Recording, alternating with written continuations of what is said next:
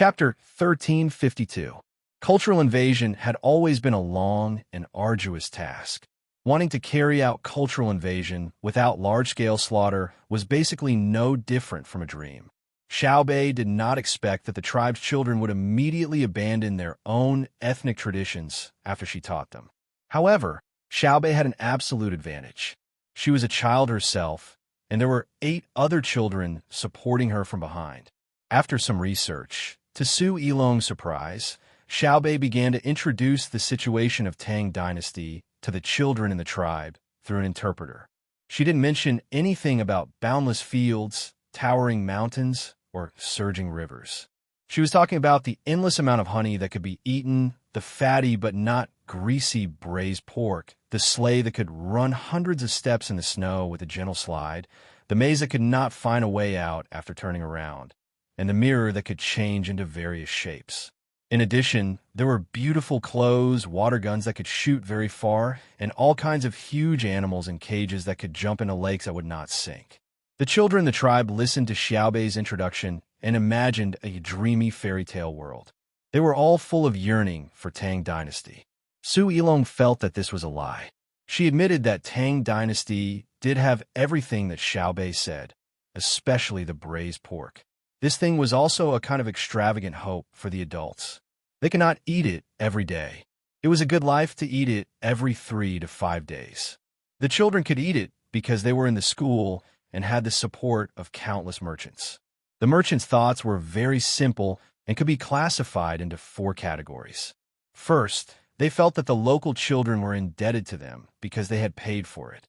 Then, in the future, the local adults would have to help them. Su Yilong felt that this kind of people were too direct, but she could not criticize them. They had simple thoughts and really did it. Second, they want a reputation. At the same time, it was also for their own family's business. Under normal circumstances, they were merchants who did daily necessities. If they did not take money, people would not go to their shop to buy things. Third, their business was big. They needed more loans from banks to complete the operation of the funds. If they did not take money, the examination would be stricter than the merchants who took money. Especially when there was no physical collateral, credit loans were impossible.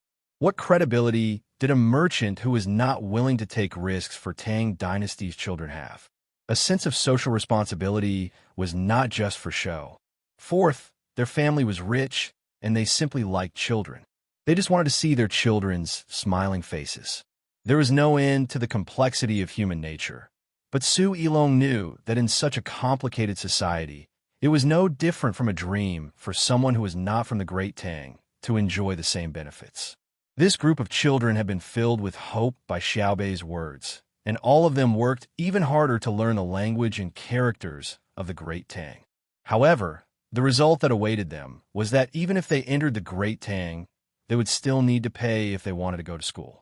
This was because many outsiders had already begun to do so. For example, the wealthy families of Xinlua in Japan took the initiative to come to the Great Tang without being invited by the Great Tang.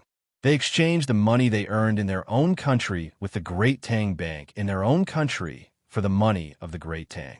They brought their children to the Great Tang just to let their children have a better future. Su Yilong felt that as a powerful country, it was wrong to bully a small tribe. They should show more magnanimity, and Xiaobei and the others were too utilitarian. He planned to have a good talk with Xiaobei and the others. At the very least, he would stop lying to them. Otherwise, his conscience wouldn't be able to live with it. Snow white paper is very precious. It's even more precious than the leather and cloth you use to write. Let me show you what the children of the Great Tang use. Just as Su Yilong was about to have a good talk with Xiaobei and the others, Xiaobei took out a book. It was a very simple book with large white characters. The cover was an ink painting with linen patterns. There were 2 lines of words on it. Without a chill to the bone, how can there be the fragrance of plum blossoms? The words were written like plum blossoms, proud and unyielding. Su Yilong had never heard of anyone who wrote this sentence, and he didn't know that the words were called thin gold. The only thing he admitted was that what it said made sense, and the writing was not bad, whether it was the content or the words.